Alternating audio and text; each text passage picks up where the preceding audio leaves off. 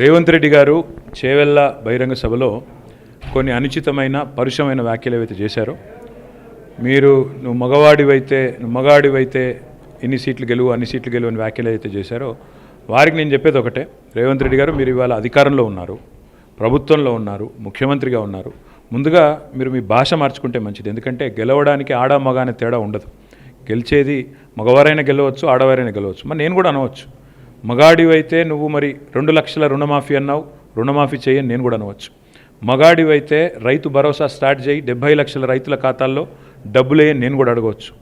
మగాడివైతే Mahalakshmi start చేయి, 1,67,00,000 మంది ఆడబిడ్డలు ఉన్నారు, నెలకు 2,500 ఇస్తానన్నావు, స్టార్ట్ చేయని నేను కూడా అడగవచ్చు. కానీ నేను ఇవన్నీ ఏమనట్లేదు. ఒక్క సీటైనా గెలవము అనే మాట మాట్లాడావు కదా.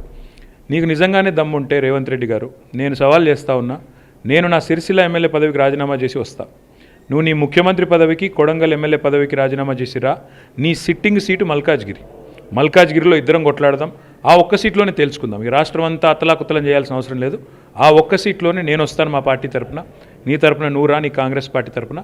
అక్కడ తప్పకుండా తేల్చుకుందాం. ఎందుకంటే ఒక్క సీటు గెలవను అని మాట్లాడుతున్నాం. మరి నీ మల్కాజ్గిరి పార్లమెంట్ సీట్లో అసలు ఎన్ని ఎమ్మెల్యేలు గెలిచింది కాంగ్రెస్ పార్టీ? గుండు సున్నా. ఎంతమంది కార్పొరేటర్లు గెలిచారు నీ మల్కాజ్గిరి పార్లమెంట్ పరిధిలో?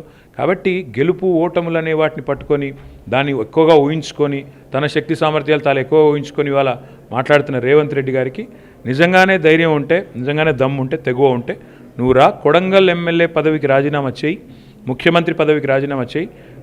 మన మల్కాజ్గిరిలో నీ పార్టీ అభ్యర్థిగా నువ్వు రా, నేను కూడా నా ఎమ్మెల్యే పదవికి రాజీనామా చేసి నేను కూడా వస్తా. అక్కడే తెలుసుకుందాం.